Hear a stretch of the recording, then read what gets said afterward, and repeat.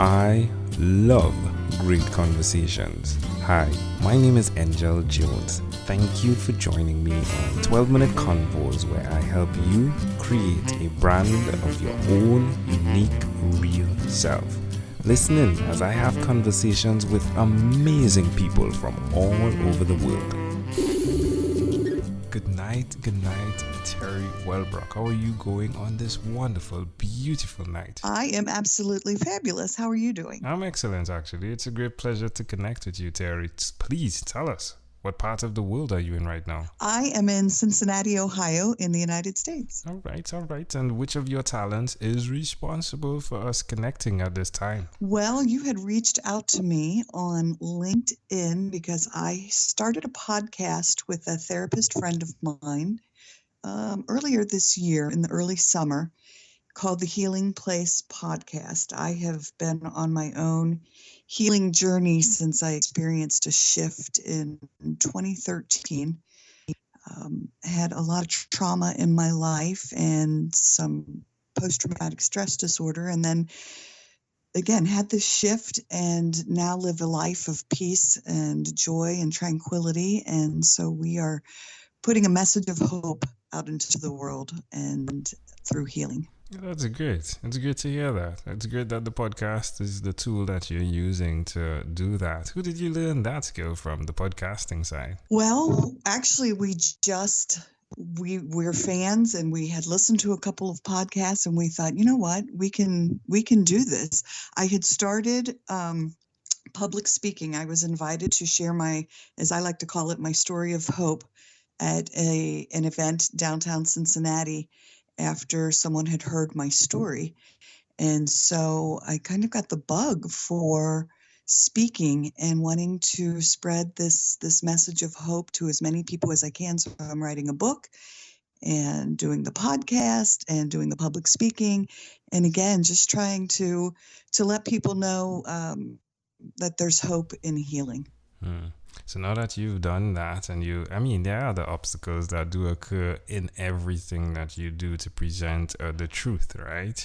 Why will you continue to repeat that skill of sharing the healing place nevertheless? Why will I continue it? Well, I just think particularly with all the news of today, there's just such a need for a message of hope and for people to understand the skills that are needed to heal themselves and for self-care. I think self-care is one of the most critical things that is lacking in many people's lives. They become very overwhelmed with whatever's going on in their own lives. And so learning these self-care tactics of meditation and yoga and prayer and journaling and nature walks and any of these things that they can do to help themselves heal and overcome whatever it is that may be haunting their life. Now, where's the best place for someone to connect with you via, if it's online or email or LinkedIn? Yes, LinkedIn is a place, and then also via email, Unicorn Shadows Author.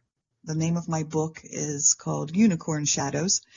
And so Unicorn Shadows Author at gmail.com is another great place.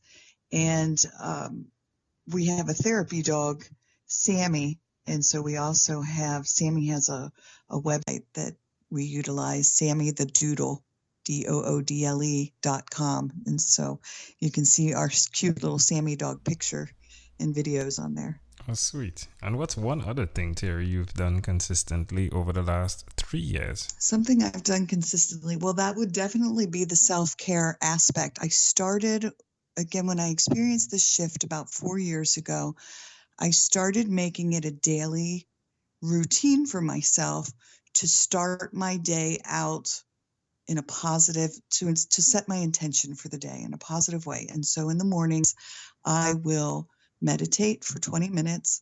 I will sometimes I'll take a little walk outside just to appreciate. I'm in Cincinnati and it's pretty cold right now, so I think I'm avoiding that. But so I'll do prayer and I'll do the positive affirmations, which is pretty cool, of just doing positive self-talk for myself. And so again, it's a ritual that I do for myself that helps me set the tone for my day. And even if something comes along that's not so pleasant, it helps me just face it in a much more positive approach. Why would you suggest someone that's listening do what you've done by carving out that time to spend with yourself? Oh my gosh, because one, being for such a long time, I was afraid of being quiet because my mind was a scary place to be because of the trauma I had experienced and the panic attacks that I was having and the anxiety that I was experiencing. And so when I learned to be still and to silence my mind and to listen to, I guess that's soul talk or God talk or however someone wants to look at it, the universe speaking to you, then I was able to finally be comfortable in that silence. And that's where my inspiration comes from. And that's where that tranquility comes from and the calmness and spirit. And it's just a beautiful place to be now. My mind is not a scary place anymore like it used to be. That's wonderful.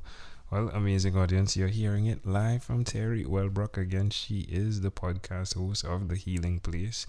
Teri, let's switch gears for a moment now and let me invite you into my time machine that is surrounded with beautiful, warm, blue Caribbean water. Teri, what is your earliest childhood memory? My earliest childhood memory, in one of Christmas time actually, is my parents were struggling financially. And we lived in a tiny little apartment, my mom, my dad, my sister, and I. And I remember hearing my mom cry about not having money for gifts. And I didn't understand at 5 years old what that meant. And then we heard a knock on the door. And when my parents opened the door, there was people standing there dressed as Santa and elves, and they had bags upon bags upon bags of gifts and groceries for us. And I just remember being so overwhelmed watching my mom cry tears of joy, how her tears had shifted.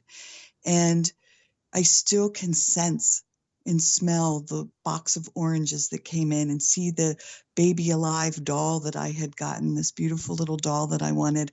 And so it had such a profound soul impact on me, that giving moment of these strangers showing up at our door.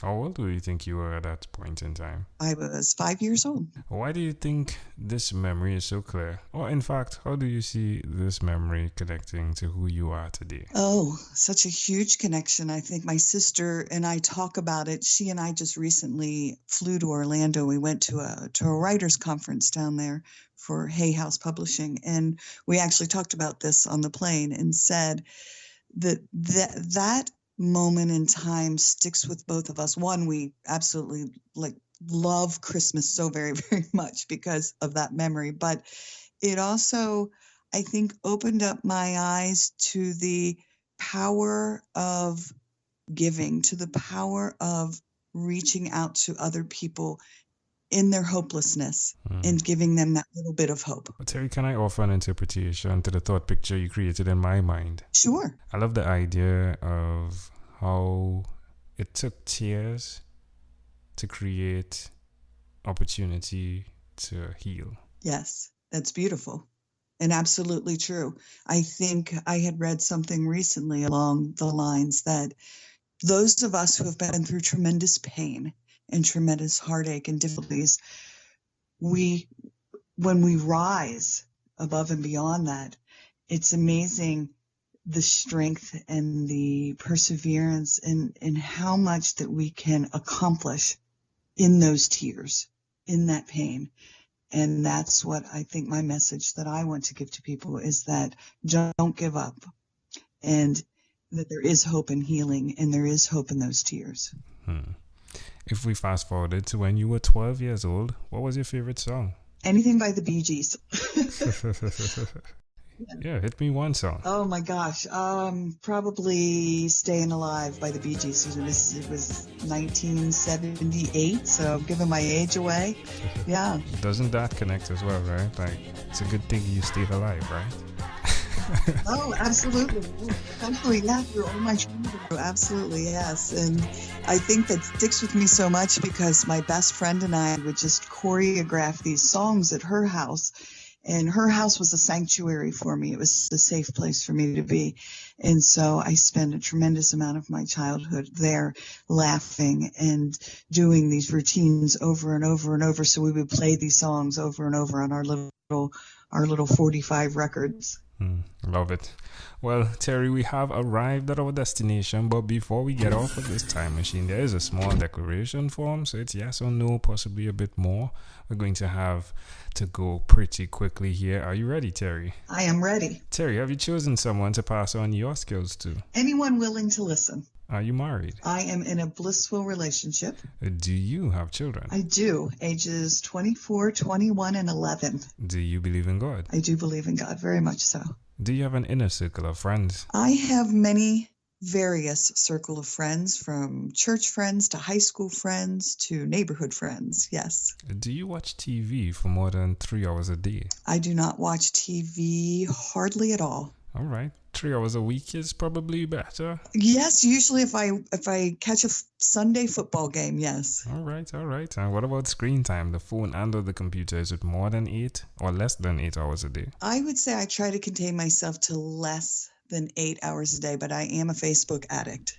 Teri, if you had to share with us your own unique real statement, a statement that represents Teri Wellbrock, what would you say that is? There is hope and healing, and that the miracle of hope is ever present in all of our unique healing journeys. Love it. Teri, this was a great pleasure. Before you leave, is there anything else you'd like to share with our amazing audience? Just thank you for letting me be a part of this and listening, and to keep believing, because I certainly believe in you. Teri Wellbrock, thank you for being on What is Inspired by 12-Minute Convos with Angel Jones. Thank you so very much. Thank you for being on 12-Minute Convos with Angel Jones. Stay tuned for more from our advertisers.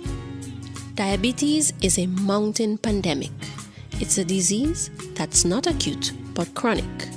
Similar to this rhyming method, I have simplified the definition, the signs and symptoms, and the complications of diabetes for both adults and children in my books, Poems for Patients, A Focus on Diabetes, and The ABCs of Diabetes for Children. These books are available on Amazon.com, and for more information, you can visit my website, poemsbyaj.com. That's poemsbyaj.com.